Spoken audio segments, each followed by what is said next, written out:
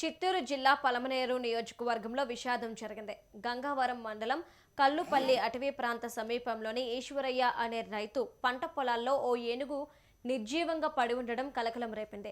పొలానికి వెళ్లిన స్థానికులు గజరాజు మృతి చెంది ఉండటాన్ని గమనించి వెంటనే అటవీ శాఖ అధికారులకు సమాచారం అందించారు. అయితే ఏనుగు మృతికి గల కారణాలపై పలు అనుమానాలు వ్యక్తమవుతున్నాయి. పంట పొలాల రక్షణ కోసం ఏర్పాటు చేసిన విద్యుత్ తీగలు తగిలి ఏనుగు మృతి చెందిందా అనే కోణంలో అధికారులు విచారణ జరుపుతున్నారు.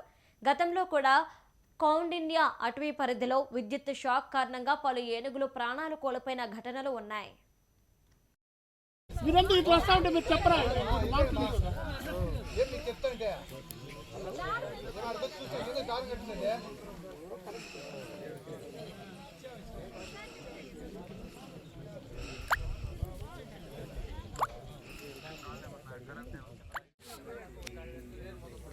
వరకు వచ్చినా పడిపోయింది చచ్చిపోయింది. ఇట్లా మా అన్న నీళ్ళు కట్టా అంటే మా అన్న చెప్పిన మొన్న మా అన్న మా వాళ్ళకి ఫోన్ చేసినారు. ఆ తిట్టి మీకు ఫోన్ చేయండి.